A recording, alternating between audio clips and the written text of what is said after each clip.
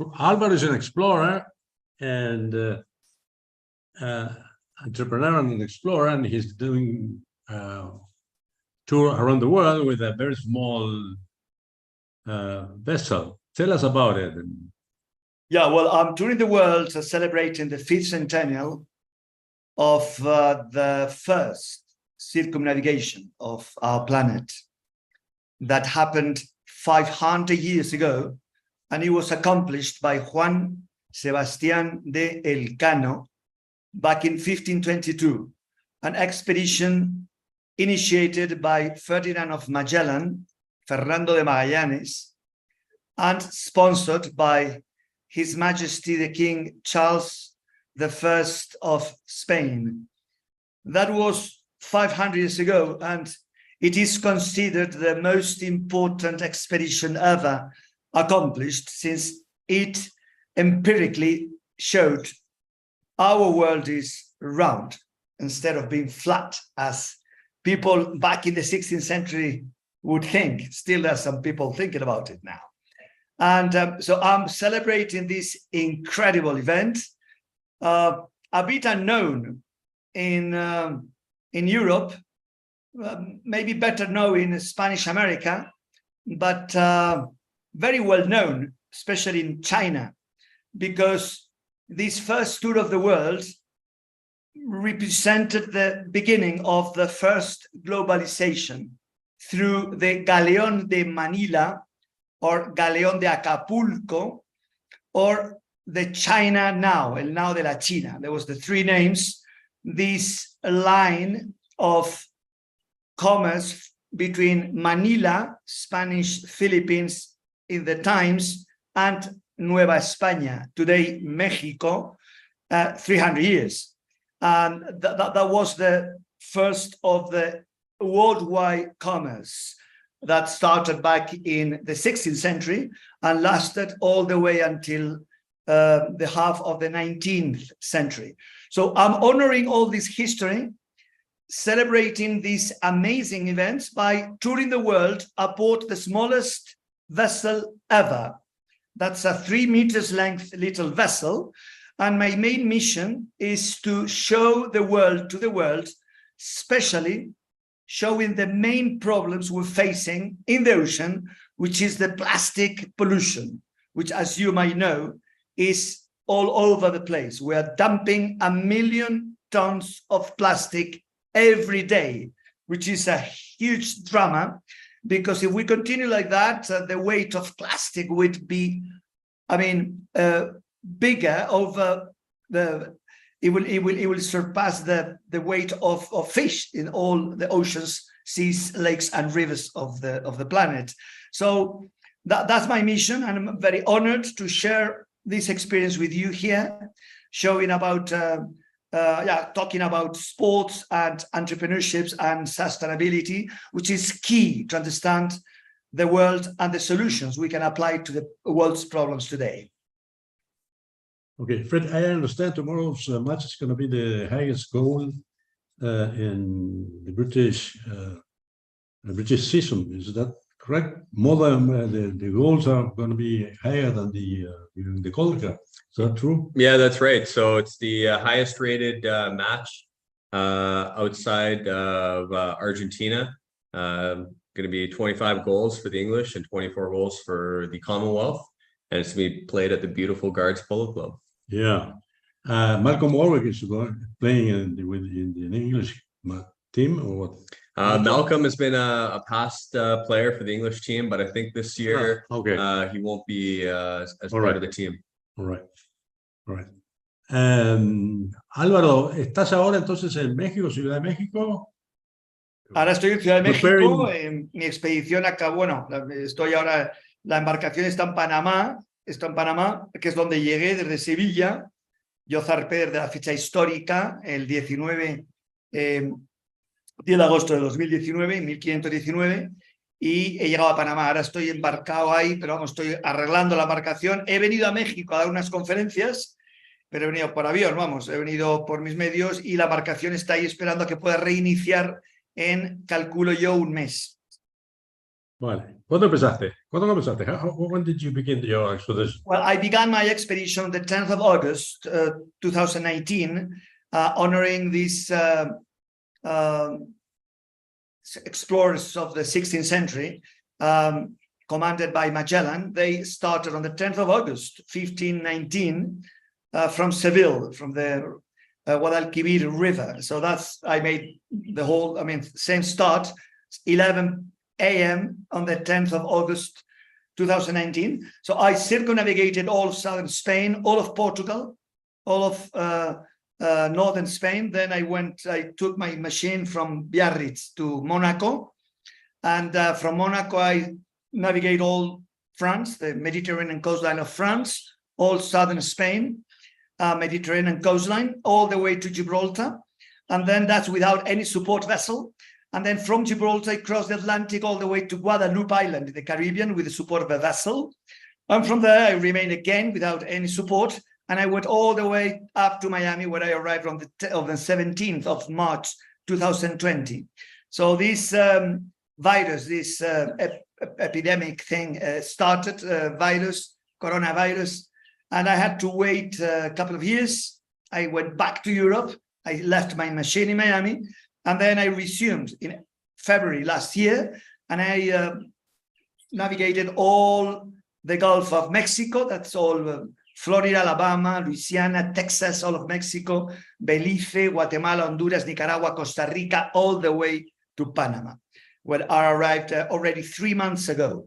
I'm on hold, waiting to my machine to be repaired, and I will resume, I suppose, in a month, and there is another 3 years to come. So now I will cross the canal and go all the way up to Alaska. From Alaska, we'll cross to Kamchatka, Russia, and from there I will go down to Japan, China, Philippines, Indonesia, and all of Asia, back to the Mediterranean Sea, back to Monaco, back to Spain. Oh, great. Yeah. Great. A long way to go. Huh? Long way to go still. Yeah, long way to go. Yeah, that's a challenge, huh? It's a big challenge. It's a challenge. It's a very nice challenge.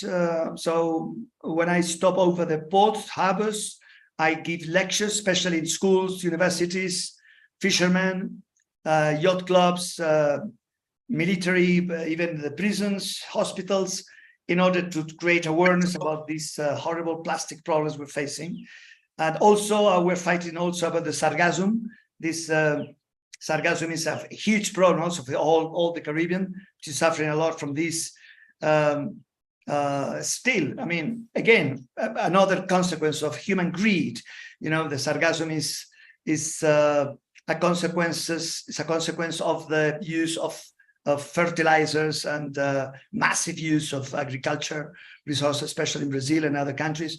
And so sargassum is multiplying so much that that is posing a huge problem to the tourism industry of Mexico, Dominican Republic, and other more than 20 countries around the Caribbean Sea. Well, you know, Fred is an excellent polo player, and as a matter of fact, he's the best polo player in Canadian history. And it's very strange to see such a good polo player not being completely professional, because you are not completely professional. I mean, you have your own profession. You're the financial world, aren't you? Yeah, so how do you make? How much time do you dedicate to polo, and how much your financial activities? Or well, it's a good question. I mean, my first passion in life has been playing polo, and I enjoy the team atmosphere and the logistical challenges of building a winning team through the season. But about 6 years ago, I realized there was something after sport, and I'd always been interested in capital markets. And I applaud your efforts, Alvaro. We work in a very niche part of finance in that it's alternative strategies. And you basically have 4 alternative strategies out there. So think like hedge funds. So you have long, short, arbitrage, multi-strat, and then like a buffered index. And about 3 years ago, we launched a Bitcoin ETF where we took 10% of the management fee and we planted trees with it. And we ended up planting a bunch of trees in Madagascar, because we could get the most bang for the buck. For about 3 cents, you could plant 10 trees. and mangroves in particular, because they're very good at sequestering carbon dioxide. So, through sport and finance, we've been able to build this company, Accelerate, and we share probably a lot of the same philosophical thoughts, Alvaro, on how we have to protect the planet. And I think what you're doing is amazing. Curious to have hear on your thoughts on what you've seen so far during your travels, and where you think that we should be focusing our energies, because obviously you know it much better than I do. Yeah. Well, I Martín, think we need to create conscience. We need to educate. The only way of solving problems, human problems, is to be aware about these problems. So in the case of plastic, we need to get everybody to know there is a huge problem, and there is a huge opportunity as well, because you can make money out of this plastic. I mean, actually, I'm using gasoline produced from plastic debris. There is a company in Mexico able to take this garbage, this plastic garbage, and convert it into petroleum again, and from there make produce synthetic gas, kerosene, fuel oil. So I'm using the gasoline, they're producing up to 100 octans. Amazing. So they are making a business out of it. So there's always opportunities. It's the same with the sargassum. Sargassum, now we are helping a huge program with BBVA, the Banco Bilbao Vizcaya, and other players in Mexico and other countries.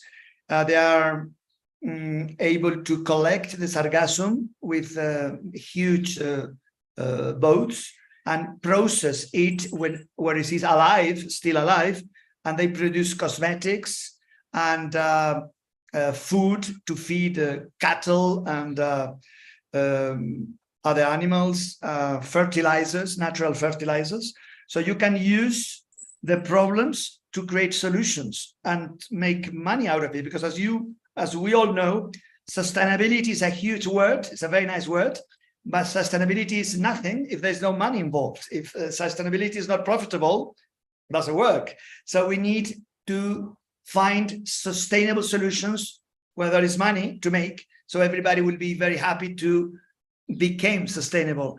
That's how it works. Humanity is like that, and we have to be pragmatic on this point. So there is a lot of solutions, and we're trying to identify them and just to apply them. And of course, as you said, from this point of view, I see a lot of things, many of them very sad, again, coming from human greed, which is, in my view, the worst of humankind. Greed is the fountain of every problem.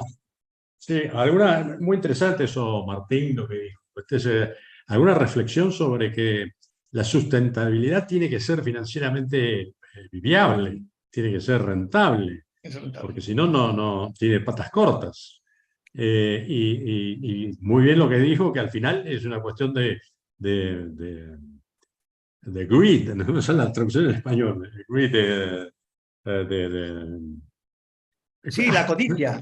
La codicia, exacto. Es lo que destrozó es lo que al los final, imperios. irónicamente, la obra humana se destruyó por la codicia siempre. Claro.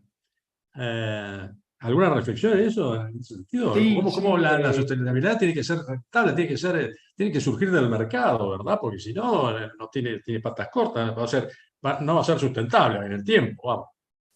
Totalmente, ¿no? Y el mercado tiene la llave para desarrollar, justamente, e incentivar las energías humanas hacia la generación de soluciones en este marco, ¿no? Creo que hay una especie también de negacionismo algunas veces de lo que sucede en el planeta, pero hay algunos números que son bastante difíciles de discutir. Por ejemplo, en el año 80 la población mundial era cercana a 4.000 millones de habitantes, y ya hemos superado los 8.000, ¿no? El ritmo de crecimiento de la población humana se ha acelerado a niveles nunca vistos, y aparte el consumo energético por habitante, además, ¿no? Con lo cual, digamos, y estamos viéndolo en distintas áreas, las distintas consecuencias de que, entre comillas, el aire sea gratis, de que todo parezca ser gratis, de que contaminar sea gratis, y es importante introducir herramientas de mercado, ¿no? Para poder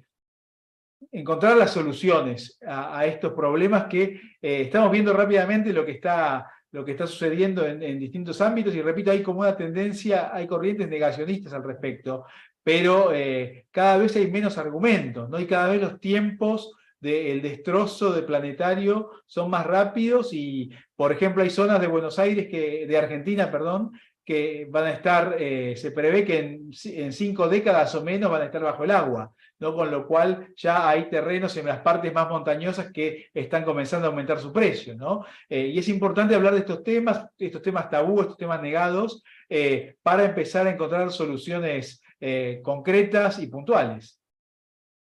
Agustín, ahí en Estados Unidos el tema de la sustentabilidad es súper importante, ¿no? Es una noticia casi diaria, te diría, ¿no? Sí, absolutamente.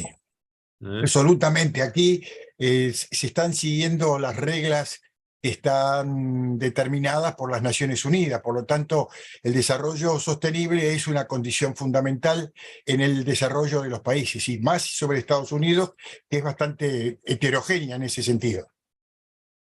Muy bien.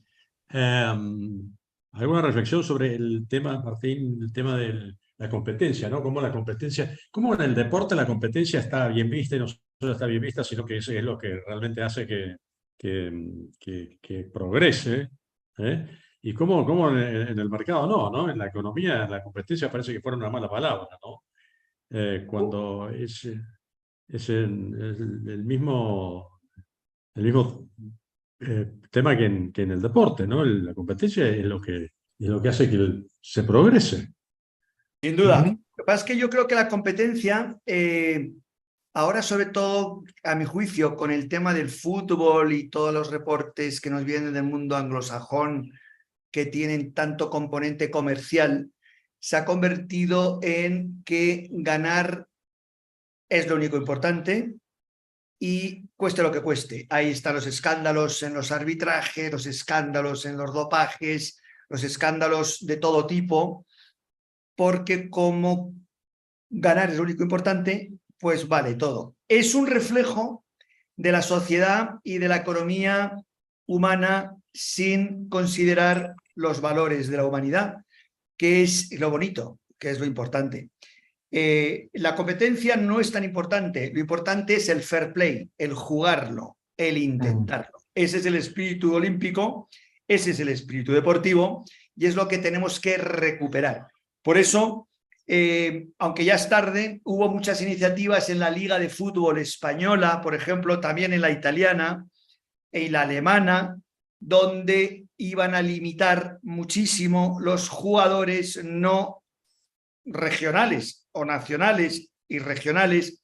Hoy, por ejemplo, hay algún club como el Club Atlético de Bilbao, en el norte de España, que limitan muchísimo los jugadores que no son de la tierra, porque eso es realmente pues el tener o apalancar o en fin, ayudar al espíritu deportivo, ¿no? Claro, si tú tienes un club como es el Fútbol Club Barcelona, el Real Madrid o el Inter de Milán, o todos estos grandes clubs con mucho dinero, y compras jugadores, pues al final está muy bien, pero ya se convierte en otra cosa distinta, un poco alejada del espíritu deportivo, ¿no? Eso se puede trasladar a otros ámbitos del deporte. Tú cuando dopas, eres deportista y te dopas y tal, pues estás haciendo trampa. Entonces, eso se está trasladando también a todo este discurso actual de la sostenibilidad. Estamos creando una nueva religión, esto del cambio climático, que es una especie de paradigma, una especie de sacrosanto concepto, pero, sin embargo, no, cuando digo nosotros, vamos, las personas que controlan la política, sobre todo a nivel supranacional, no toman decisiones reales sobre problemas reales y contrastados, como es la deforestación, el problema del plástico en la mar, el sargazo, todo lo que significa la pesca ilegal o sobrepesca, porque como hay muchos intereses económicos, no se concentran en resolver los problemas reales y se concentran en despistarnos con problemas filosóficos, en fin, la labor del ser humano sobre el cambio del clima, según el premio Nobel, este señor del otro día, pues hay que escucharlo muy bien, claro, la gente que sabe, ¿no? Y hay que observar, no hay que dejarse hacer y tenemos que concentrarnos en que nuestros esfuerzos se concentren en resolver problemas de verdad, no los problemas inventados por la clase política que nos quieren despistar esos problemas porque los lobbies que facilitan, por ejemplo, la pesca ilegal o la deforestación, no les dejan que legislen para resolver el problema que a ellos les beneficia. Entonces, ahí hay que estar muy alerta. Y nosotros, los deportistas y empresarios, necesitamos realmente en nuestro discurso incorporar los valores de la verdad, que es lo único que nos hace libres y que nos puede ayudar a salir de los problemas gravísimos que enfrenta la humanidad hoy. Sí, bueno, eso de la verdad me gustó. Hablando de fútbol ¿cómo está el tema Messi en Miami, Agustín? Una revolución, Una revolución, ¿no? una Hablando revolución, de mercado una y de fútbol. Sí, no solo una revolución social, sino una convocatoria inigualable y que nunca se había dado en Estados Unidos.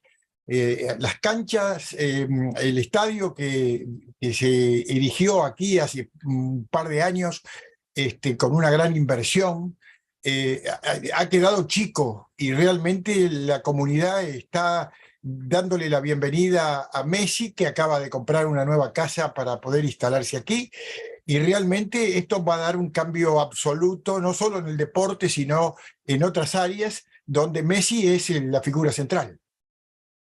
Sí, tremendo. Bueno, ahí se ve un poquito, Martín, el funcionamiento del mercado, ¿no? Cómo el mercado trae, es decir, un buen jugador que se destaca por su esfuerzo y por su trabajo, cómo hace que el mercado florezca, ¿no? Y Pero crezca, ¿no? Y se hay un transforme. detalle muy interesante Sí. que vale la pena analizar, ¿no? Estamos viviendo tiempos muy difíciles en Estados Unidos en lo que respecta al desarrollo económico. Hay mucha gente aquí que está pasándola muy mal. No todo lo que brilla es oro, sobre todo en el exterior respecto de Miami. La realidad de Miami es que hay problemas de distintos tipos, ¿no? Desde el empleo, desde el trabajo que no está desarrollándose, digamos, en las industrias para generar empleo. La pandemia golpeó muy fuerte, la recesión es un capítulo continuo, y el tema de Messi, introducido en todo esto, genera un fenómeno. Entre otras cosas del fenómeno social, económico, es que la gente está llenando el estadio pagando entradas de $600 como mínimo. ¿Cómo se puede entender esto? No tengo mucha explicación, pero no todos los que van al estadio son millonarios. Sin embargo, se ve a la gente humilde, a la gente trabajadora, a los hinchas de fútbol sin considerar su capital económico, pero se la rebuscan para llegar al estadio a aplaudir a Messi pagando cifras increíbles. Sí, notable, ¿no? Bueno, ahí Fred, Alvaro said something about the truth in sports. We have to bring truth to sports. I believe we have to bring truth not only to sports, but to the financial market also. So what, any reflection about it? I mean, Well, I you think have to be honest and you have to be humble, and if you wanna have success, I believe that. I mean, it's very difficult to have success in sports and in the financial market if you lie or if you try to cheat people, you know. Well, we're quite fortunate that sports at the highest level is well covered in 2023. I mean, through social media and the world that we live in. I mean, even a tiny sport like polo can receive some great coverage. And I think as a sportsman, it's our duty to always play ethically, play as a sportsman would, as a gentleman would. And at times, sport has been used for tremendous advantage to get the word out there. Like you said, Alvaro, we need to educate and we need to make people at least aware of what is happening. And then from, awareness, more people thinking about, problems or, can maybe come solutions. And I think in the business community, there's no referee like there is on the sports field. And so unfortunately, the business community is not as black and white. Now, what's a foul in the business community is not super clear. And unfortunately, I think that does stem from that people are greedy and they need to bend the rules sometimes if they don't have a competitive advantage naturally. And so having incentives in place for people to do the right thing is critical. And Alvaro, I don't know how you think about that, but when I hear about you've been able to use some of the plastics to fuel high octane engines as base oils or diesel fuels or oil fuels, I'm not sure if they're economic, but that's a start.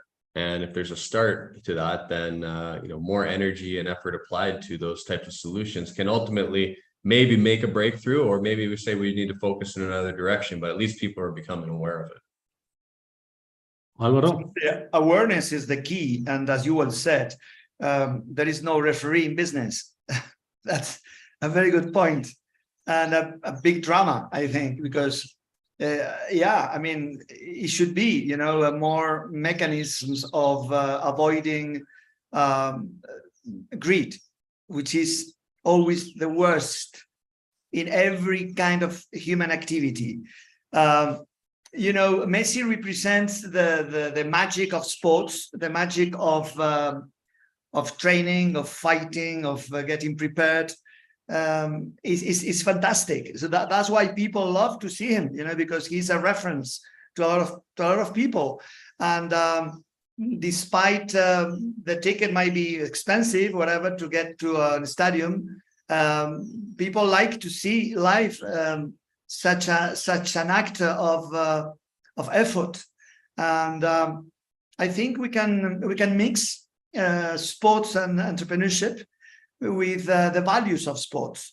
So I think what we should do, polo is an amazing sport showing the values of sport. It's all about it's like a middle-aged tournament. No, it's so beautiful. No, it's a lot of rules, but a lot of effort, like in any other sport. But polo maybe is a good reflection of how sports it can be beautiful and noble, no? with the values of nobility, which is to behave in a proper way. That's all about nobility. It's just to behave in a noble way. No, my mother would say there is no other nobility that to be virtuous. No, la virtud. No, la virtud es la única nobleza. No, y ahí lo vemos en esos deportes. Lo vemos en deportes maravillosos, ¿no? El fútbol, el tenis, bueno, todos los deportes, el esgrima, todos los deportes y cada uno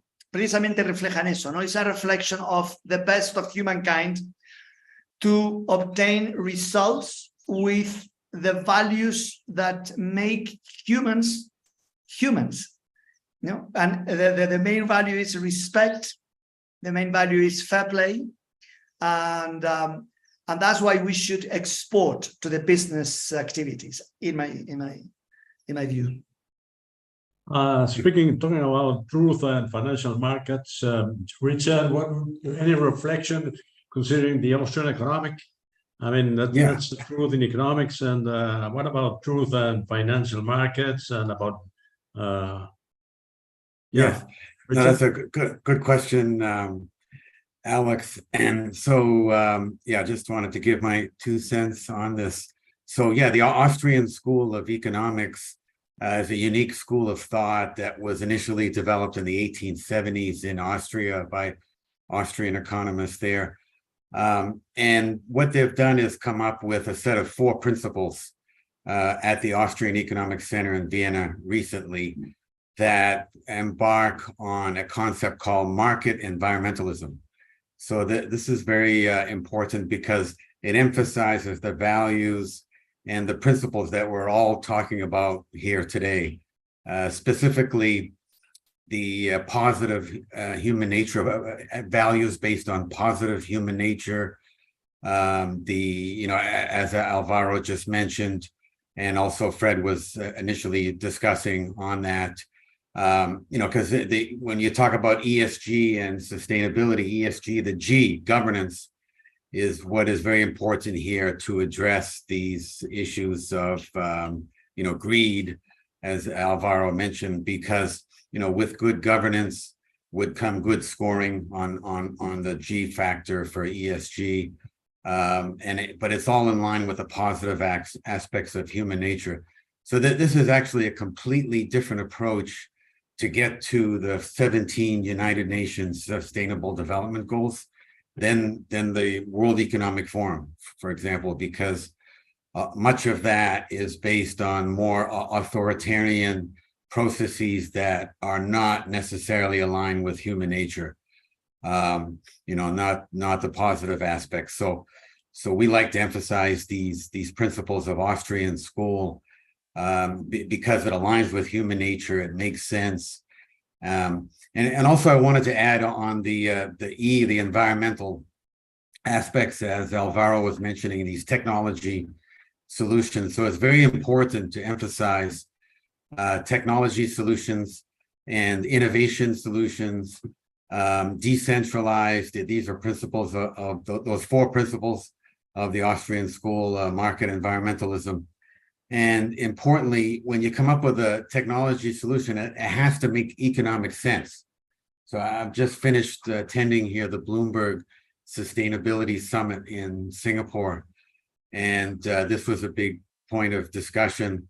A lot of the work is actually looked upon as a cost center, and CEOs say, why should I do this? It's going to cost money. It just doesn't make sense financially.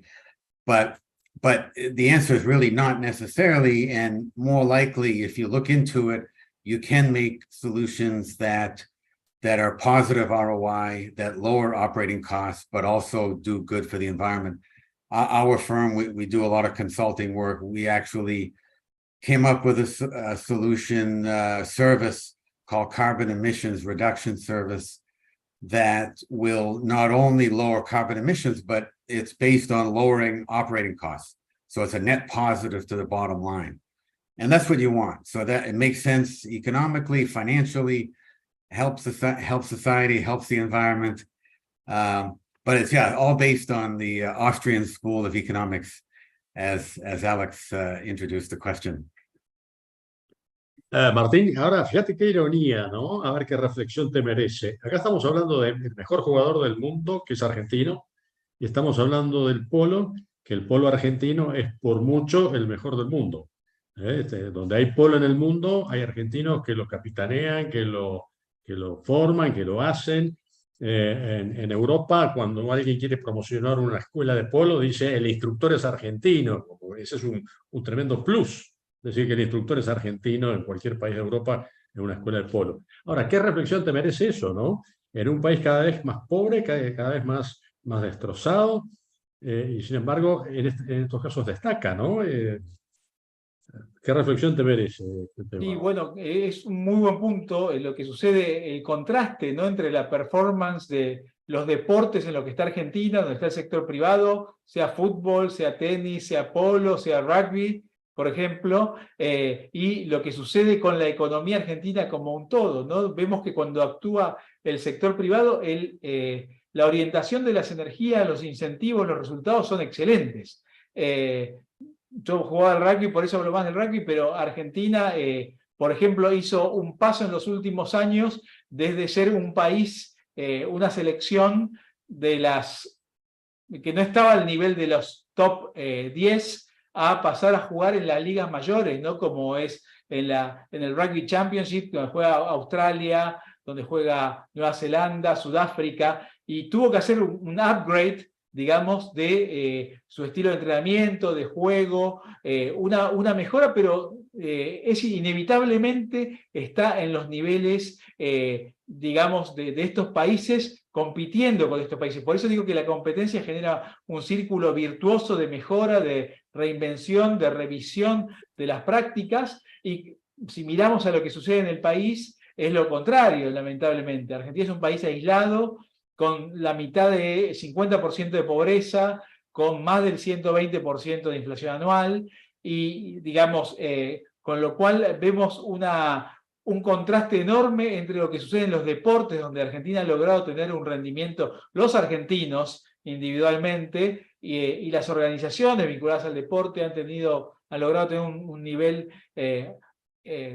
al mayor nivel del planeta y el resto del país, ¿no? Entonces esto parece que le queda cómodo, bastante cómodo a muchos políticos que prefieren tratar con pobres que con gente que piensa, bien alimentada, bien estudiada, que tiene argumentos, que elige mejor. Pero esto es un poco la naturaleza de los populismos y el fracaso de los populismos, que decimos acá en chiste y en serio que los populistas aman tanto a los pobres que los multiplican. Y repito, en Argentina 1 de cada 2 argentinos es pobre, 6 de cada 10 chicos son pobres, ¿no? Mientras vemos el contraste con lo que sucede en los deportes, en el fútbol, el rugby, y dentro del fútbol rescato el espíritu que mencionaba Agustín de Messi, ¿no? Y el contraste entre Messi y Maradona, ¿no? Y la selección argentina basada en Messi, una selección de equipo muy parecida a lo que es una economía, ¿no? Donde no hay una sola estrella, sino que juega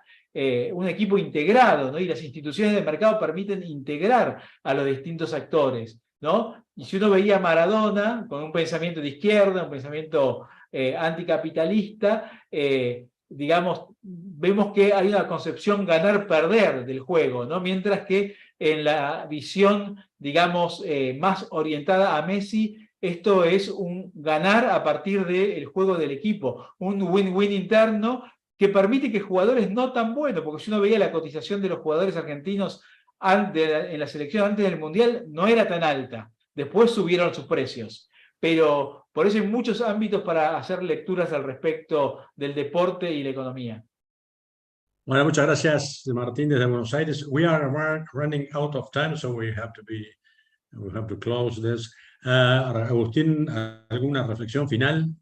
Bueno, la reflexión es que evidentemente aquí en los Estados Unidos, siguiendo el parámetro que comentaba nuestro amigo de Argentina, el tema es muy concreto. El polo, que era un deporte muy interesante, lo sigue siendo, sigue acaparando a aquellos que tienen una clase media alta.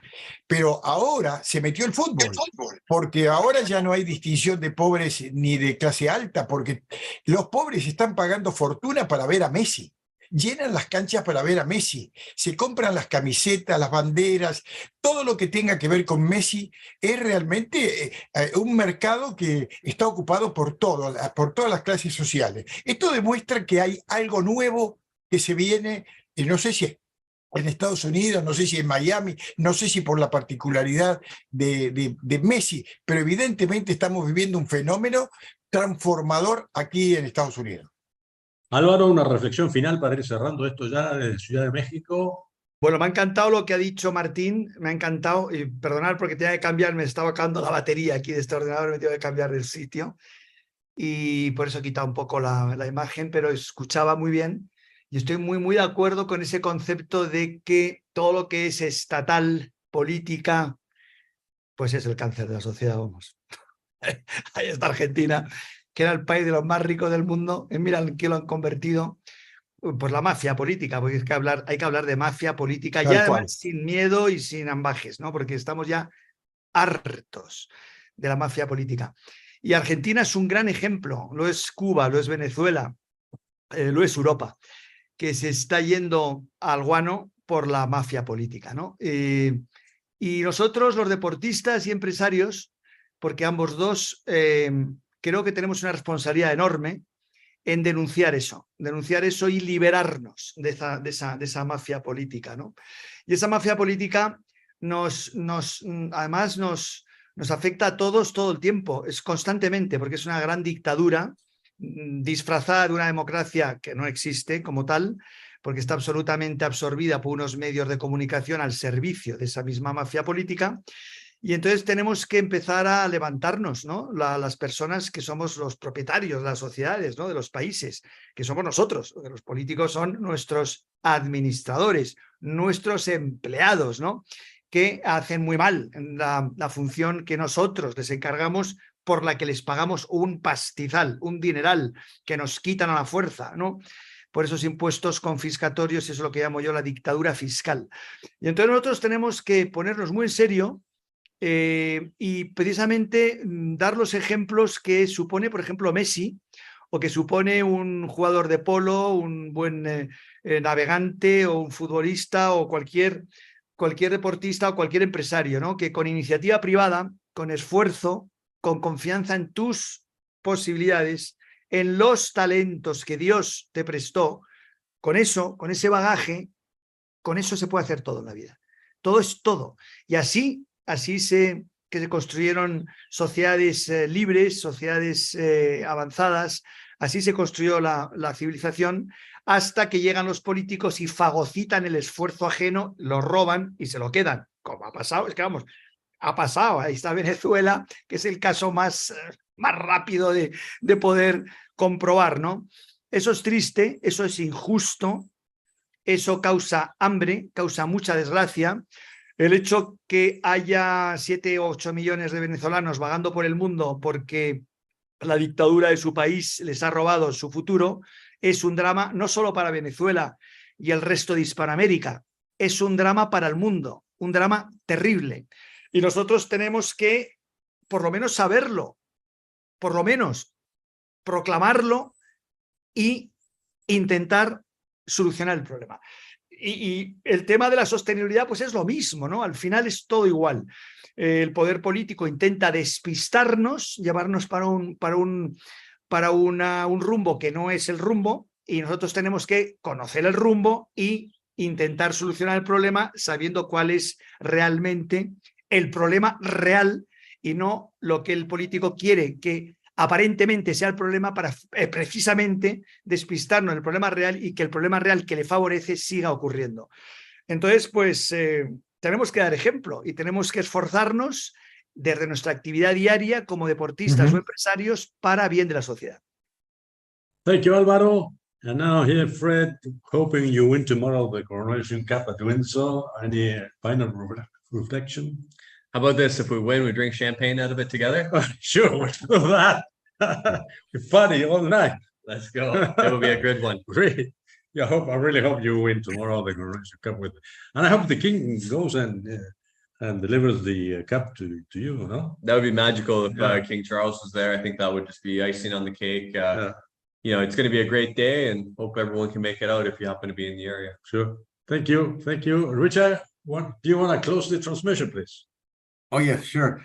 Yeah, just some final message that, you know, there are solutions to what we're facing in the environment and sustainability in business and sports and all of these areas we've talked about today. I mean, even flying just this week, NASA has come up with an advanced solid state battery, which can allow flight for, you know, towards zero carbon emissions. So, you know, there doesn't need to be a prohibition of flying. Energy as well. You know, you've got nuclear fusion that has robust, virtually limited energy, no carbon emissions, and eventually no radioactive waste compared to nuclear fission, the other form of nuclear energy today. So there are technology solutions, and they can make economic sense. And we can all use sustainability in sports, especially from key sports figures like Messi, to give us the leadership qualities, the positive of human nature to get to that implementation. Okay, thank you very much for all of you, and see you next time. Bye-bye now. Bye. All the Have best, a good Fred. day. Bye. And we all Bye. hope Bye, you friends. win tomorrow. Yeah, all the best. Yeah. Yeah. Thank you. Thank you.